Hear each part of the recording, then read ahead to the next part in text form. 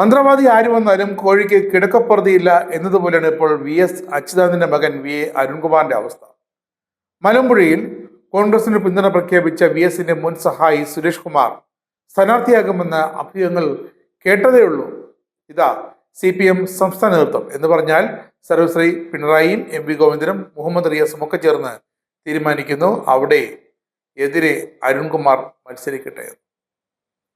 S എന്നാൽ ആരാണെന്ന് നമുക്കറിയാം. അണയാത്ത വിപ്ലവ സൂര്യനാണ് ഇപ്പോഴും. അസ്തമിക്കാത്ത വികാരമാണ്. പക്ഷേ അരുൺകുമാർ പാർട്ടിയിൽ പിച്ച വെച്ച് തുടങ്ങിയിട്ട് പോലുമില്ല. അപ്പോൾ ഇച്ചിരി സമയമെടുക്കും വിപ്ലവ വീര്യം കലർന്ന് മുകളിലേക്ക് കയറാൻ. എന്നിട്ടും അരുൺകുമാർ മലമ്പുഴയിൽ വന്ന് മത്സരിക്കുമെന്ന് അറിഞ്ഞപ്പോൾ തന്റെ എസിനോടുള്ള ഗുരുത്വം കൊണ്ട് മാത്രം സുരേഷ് വ്യക്തമാക്കി അങ്ങനെയാണെങ്കിൽ താൻ മത്സരിക്കാനില്ല, എങ്കിലും തന്റെ അനുഭാവവും പിന്തുണയും ഒക്കെ കോൺഗ്രസിന് മാത്രമാണ്. സീൻ 1 അവിടെ കഴിഞ്ഞു. അടുത്ത സീൻ 2 ആലപ്പുഴ. CPMലെ വിപ്ലവ കമ്മ്യൂണിസ്റ്റ് എന്ന് മുഖത്ത് നോക്കി ധൈര്യപൂർവ്വം വിളിക്കാൻ സാധിക്കുന്ന സാക്ഷാൽ സുധാകരൻ മനസ്സമെടുത്തത് തന്റെ പിതാവിനെ വരെ ചേർത്ത് കളിയാക്കിയതിലാണ്. ആരാണ്? സ്വന്തം പാർട്ടിക്കാർ തന്നെ. ഇതാ CPM എന്ന പാർട്ടി വിട്ട് സ്വതന്ത്രമായി മത്സരിക്കുമെന്ന് പ്രഖ്യാപിച്ചപ്പോൾ പിണറായി വിജയൻ വരെ ഇടപെട്ട് സംസാരിച്ചു പിന്തിരിപ്പിക്കാൻ. താൻ മത്സരിക്കുമെന്ന് സുധാകരൻ കട്ടായം പറഞ്ഞപ്പോൾ ഇതാ സീൻ 2 ഷൂട്ടിംഗ് തുറന്നു. അവിടേക്ക് കടന്നു വരികയാണ് നമ്മുടെ ഗസ്റ്റ് താരം അരുൺകുമാർ. സുധാകരൻ അവിടെ മത്സരിക്കുകയാണെങ്കിൽ അരുൺകുമാറിനെ കളരിയിൽ എതിരെ ഇറക്കാനാണ് പാർട്ടിയുടെ ഇപ്പോഴത്തെ നേതാക്കന്മാരുടെ അടുത്ത പ്ലാൻ. എന്തായാലും സുധാകരൻ എന്ന കറകളഞ്ഞ കമ്മ്യൂണിസ്റ്റ് നേതാവ്, മുൻ CPM നേതാവ് മത്സരിക്കുമെന്ന് ഉറപ്പാണ്.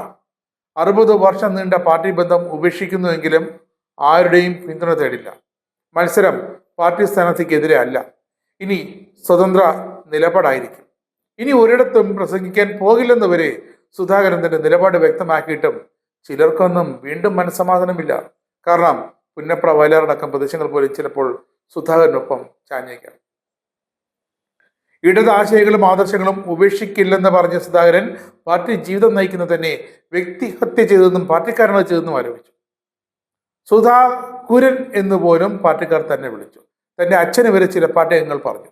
മർദ്ദനങ്ങൾ ഏറ്റുവാങ്ങിയാണ് താൻ ഇതുവരെ പാർട്ടി പ്രവർത്തനം നടത്തി ഇതുവരെ എത്തിയത്. സജി ചെറിയനിട്ടും കൊടുത്തിട്ടുണ്ട് സുധാകരൻ. ഭരണഘടനയെ കുന്തം കുടച്ചക്രം എന്നൊന്നും താൻ പറയില്ല.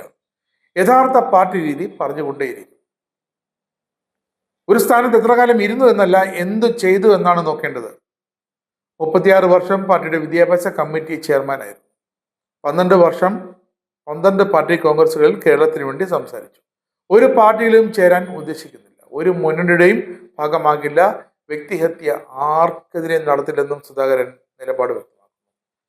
തന്നെ പലരും വ്യക്തിഹത്യ നടത്തി. സുധാകുരൻ എന്ന് പോലും പറഞ്ഞു. പൊളിറ്റിക്കൽ ക്രിമിനലുകളെ കൂടെ കൊണ്ട് നടക്കുന്നെന്നും അവരെ ആയുധമാക്കുന്നുവെന്നും സുധാകരൻ കടുത്ത വിമർശനം ഉന്നയിച്ചു. തന്റെ അച്ഛനെ വിളിക്കുന്ന സാഹചര്യം വരെ ഉണ്ടായപ്പോഴാണ് താൻ പാർട്ടി വിടാൻ തീരുമാനിച്ചത്. ആയിരക്കണക്കിന് കുട്ടികളെ അക്ഷരം പഠിപ്പിച്ച് ജോലി വാങ്ങിക്കൊടുത്ത ആളാണ് തന്റെ അച്ഛൻ. ഇങ്ങനെ പാർട്ടി ജീവിതം നയിക്കുന്ന ഒരാളെ വ്യക്തിഹത്യ നടത്തുന്നത് എന്തിനാണെന്ന് അദ്ദേഹം വീണ്ടും ചോദിക്കുന്നു. രാഷ്ട്രീയമാണ് കമ്മ്യൂണിസ്റ്റ് പാർട്ടിയുടെ ആയുധം.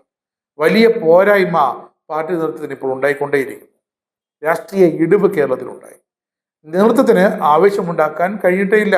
നേതാക്കൾ ആത്മപരിശോധന നടത്തണമെന്നാണ് സുധാകരന്റെ മറ്റൊരാവശ്യം. അത് നടക്കില്ലെന്നറിയില്ലെങ്കിലും സുധാകരന് ആവശ്യപ്പെടാം.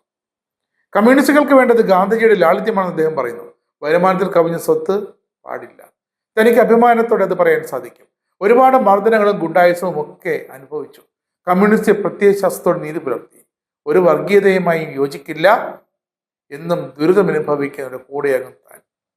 സുധാകരൻ ഇതൊക്കെ പറയുമ്പോൾ ഇലകൊഴിയും ശിശിരത്തിൽ CPM നിന്നുള്ള കൊഴിഞ്ഞുപോക്ക് ഇനി അങ്ങോട്ട് കേരളം സാക്ഷിയാകാൻ പോവുക.